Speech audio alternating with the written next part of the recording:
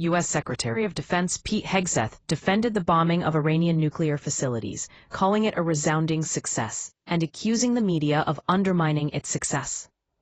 The 30-hour bombing campaign was described as the most complex and secretive military operation in history. Iran's nuclear program has been severely damaged, with centrifuges at the Fordow facility suffering significant damage or destruction. International Atomic Energy Agency Director Rafael Grossi acknowledged that while he understood the logic behind the strike, he believed a diplomatic path should have been pursued. The U.S. and Israel have pushed back on early intelligence reports, suggesting the strikes only set Iran's nuclear program back by months. The Senate Parliamentarian Elizabeth McDonough has ruled that a key Medicaid provision in the One Big Beautiful Bill Act is out of order. This decision is a major setback for Senate Republicans, who are under pressure to pass the bill by July 4th. The provision aimed to crack down on states' use of healthcare provider taxes to help collect additional Medicaid funding, but McDonough found it does not comply with the Senate's rules. As a result, Senate Republicans will need to retool or scrap this provision if they want to move forward with passing the bill using only GOP votes. A train crash in Gary, Indiana, has resulted in the deaths of 5 people. The incident occurred when a driver allegedly attempted to go around a closed crossing gate near Highway 20 and Utah Street. Authorities have not released the names of those involved, but an investigation is ongoing.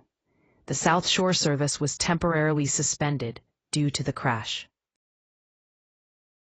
Miguel Rodriguez Bermudez, a recent high school graduate from Newark High School, was surprised with a job offer to become a teacher in his hometown while walking across the stage to receive his diploma.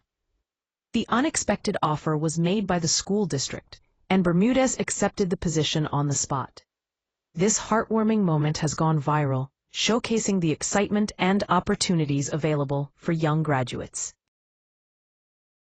The Dallas Mavericks selected Duke freshman Cooper Flagg as the first overall pick in the NBA draft on June 26, 2025. The selection marked a significant moment for the young player and his team. Flagg's impressive performance during the college season caught the attention of scouts and coaches, making him a top contender for the top spot.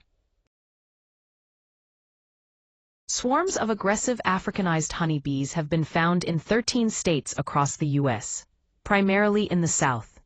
The bees appear to be moving north and are considered a threat due to their aggressive behavior.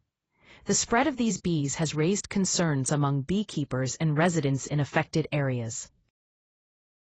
An American Airlines plane, bound for Charlotte from Las Vegas, made an emergency landing at the airport due to a malfunctioning engine.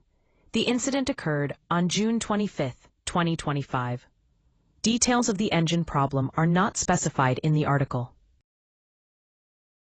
Defense Secretary Pete Hegseth and Joint Chiefs Chairman General Dan Kane provided more information about U.S. strikes on Iran's nuclear sites, pushing back against a preliminary U.S. intelligence report that said Tehran's nuclear program may have only been set back months.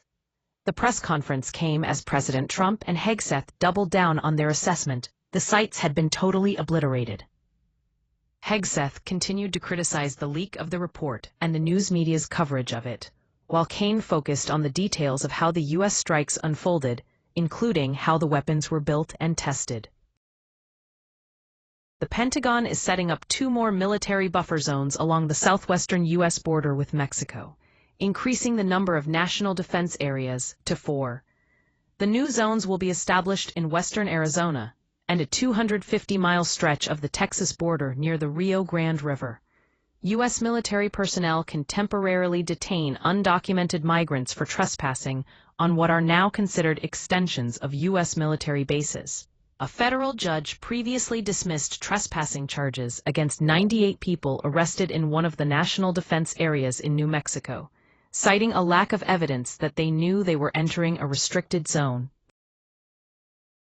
Robert F. Kennedy Jr., the Health and Human Services Secretary, has appointed Lynn Redwood, a longtime anti-vaccine advocate, to a position at the department. Redwood has attributed her son's autism to mercury exposure from vaccines, despite decades of research showing no link between autism and vaccines or thimerosal. The appointment has raised concerns among vaccine experts, who worry that Redwood's presence may interfere with official messaging about vaccine safety. Redwood is expected to deliver a presentation at the Advisory Committee on Immunization Practices, ACIP, meeting on Thursday, using a report that contains misleading information.